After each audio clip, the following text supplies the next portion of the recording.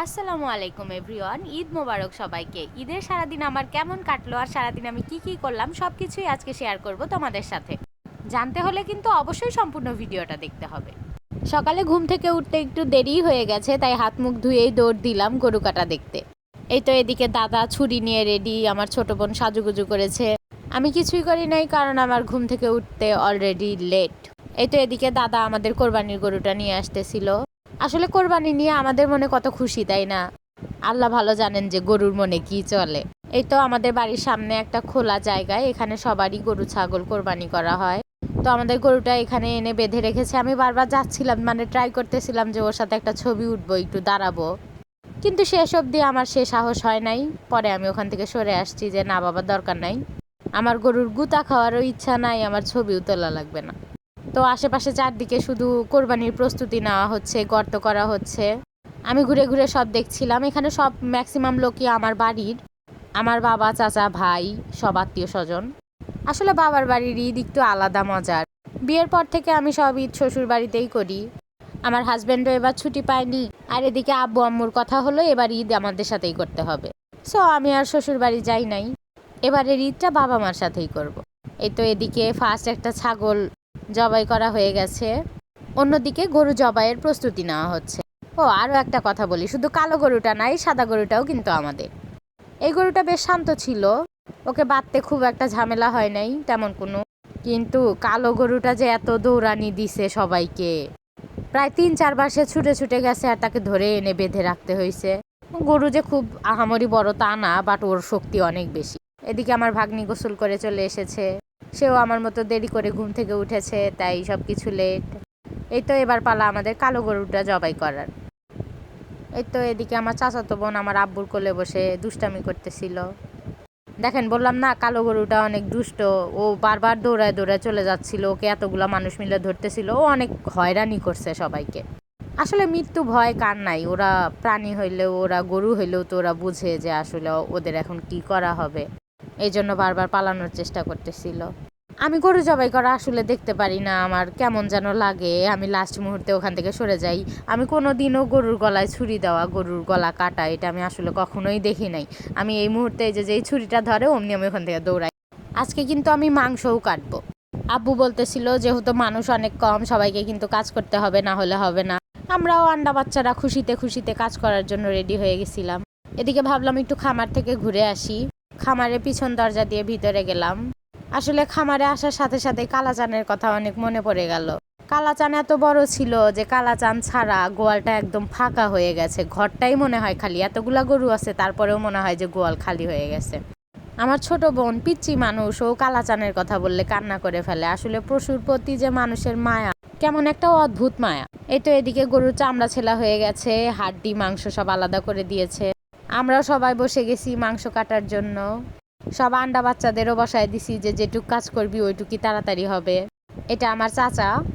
আমার এই চাচাকে সারা জীবন দেখেছি, সে কখনো হাড় বা মাংস কাটে না।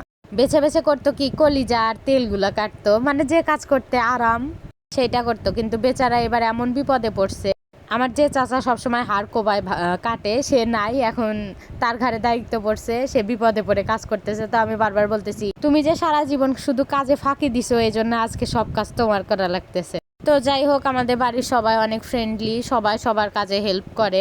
এই দেখেন এর মধ্যে কি এক অবস্থা, হুট করে বৃষ্টি নেমে গেছে।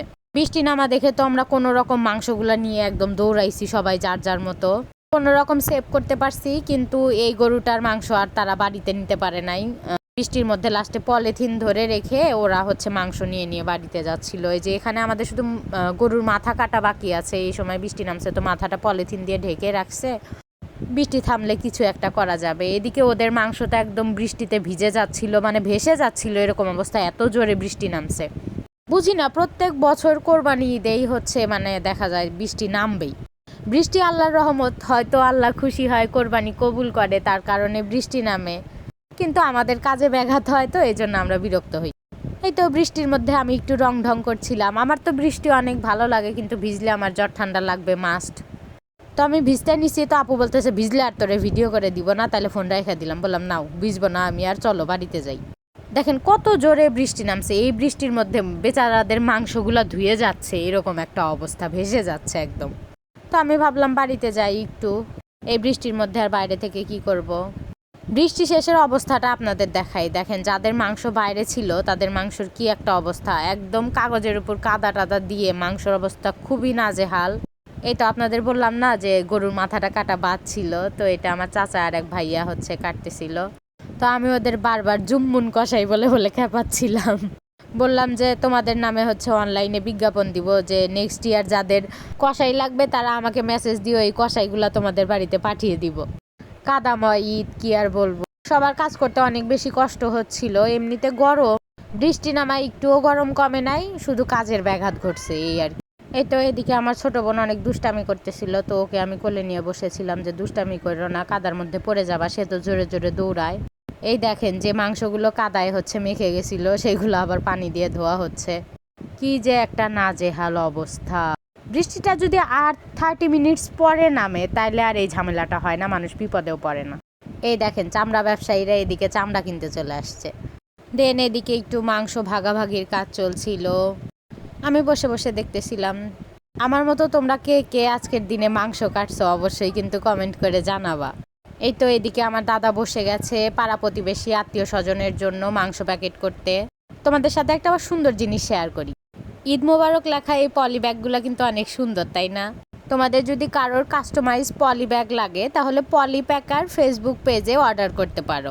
আমার কিন্তু এই জিনিসটা অনেক ভালো লেগেছে, কারণ ঈদ উপলক্ষে আত্মীয় স্বজন বা পাড়া প্রতিবেশীকে মাংস দেওয়া, যদি ব্যাগটার সাথে ঈদ মোবারক লেখা থাকে তাহলে কিন্তু জিনিসটা অনেক সুন্দর হয়, তাই না? তো আমি দাদাকে একটু হেল্প করতেছিলাম। এদিকে খিচুড়ি রান্না করা হয়ে গেছে, আম্মু মাংস রান্না করতেছে। এই তো আমি চুলার কাছে একটু আসছিলাম, বাবা এমনিতে গরম, তারপরে মাটির চুলার যে তাপ। আচ্ছা তোমাদের কাদের যেন অনেক ইন্টারেস্ট ছিল যে আমার বাড়িতে কিভাবে রান্না হয় এটা দেখার, এই ভিডিওটা তোমাদের জন্য। যাই হোক, আমার আম্মু অনেক ভালো রান্না করে, আম্মু সব মাংস একাই রান্না করতেছিল। যদিও এমনিতেই কোরবানির মাংসর টেস্ট একটু আলাদা হয়, মজা লাগে, তাছাড়া আজকের মাংস রান্না অনেক বেশি মজা হয়েছিল। এমনিতে বৃষ্টি নেমেছিল, আমি সব ধরনের ক্লিপ অ্যাডও করতে পারি নাই, আর আমার ভিডিও করে দেওয়ার জন্য আমি কোনো ক্যামেরাম্যানও পাচ্ছিলাম না, কারণ সবাই কাজে ব্যস্ত। তো রান্না শেষ হলেই তো শুরু হবে সবার খাওয়া দাওয়া। তো এদিকে আমি আবারও চলে গেলাম দাদার কাছে। আমি লিস্ট ধরে ধরে বলছিলাম যে কোন আত্মীয়টা দেওয়া মাংসটা দেওয়া বাকি আছে সেগুলো লিস্ট করেন, তারপরে পাড়া প্রতিবেশীদের কাজে দিতে হবে, একদম লিস্ট করে সব কিছু লেখা ছিল যেন কোনো কিছু বাদ না পড়ে। আপু আমাদের হেল্প করতেছিল। এই তো এখন মাংসটা আমি তুলে ফেলবো ঈদ মোবারক লেখা পলি ব্যাগে। যে কোনো অকেশন উপলক্ষে যারা কাস্টমাইজ পলি ব্যাগ কিনতে চাচ্ছেন তারা কিন্তু চাইলে পলিপ্যাকার ফেসবুক পেজে অর্ডার করতে পারেন। এগুলো প্রতিবেশীদের জন্য রেডি করা হচ্ছিল, রেডি হয়ে গেলে আমি আর আপু আবার বের হব এই মাংসগুলো দেওয়ার জন্য।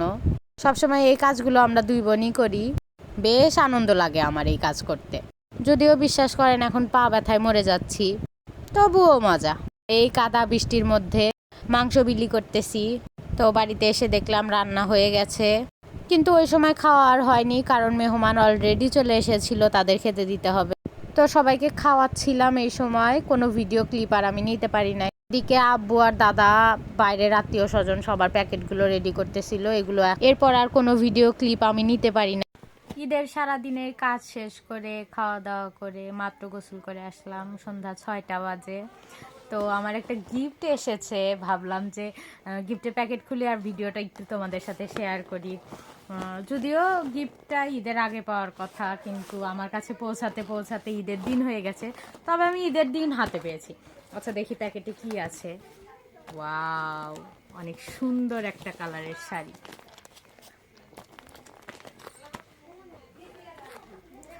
শাড়িটা আমাকে গিফট করেছে আমার ছোট ভাসুর। আসলে বাড়ির ছোট বউ হলে যা হয় আর কি, রোজার ঈদেও দেখা যায় আমি অনেক গিফট পাই আমার ননাস ভাসুর। আর কোরবানি ঈদে আসলে গিফট পাওয়া হয় না, এটা আনএক্সপেক্টেড। তবে আমি তো মহা খুশি, আমি ভীষণ শাড়ি লাভার। তো শাড়িটা তোমাদের কাছে কেমন লেগেছে অবশ্যই কিন্তু কমেন্ট করে জানাবা। যদিও ঈদের সারাদিনে আমি একটু সাজুগুজু করতে পারি নাই, নতুন ড্রেসও একটাও পরি নাই, সারাদিন কাজ করছি আর বৃষ্টি নামছিল, যার কারণে আর সাজুগুজু করা হয় নাই, বাইরে বের হওয়া হয় নাই। কোরবানি ঈদ মানে তো আসলে ঘোরাঘুরি না। না, শাড়িটা কিন্তু আমাকে বেশ মানিয়েছে।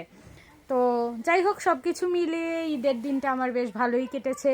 নতুন জামা পরতেই হবে এমন কিছু না, আস্তে আস্তে পরবো আর তোমাদের সাথে ভিডিও শেয়ার করব।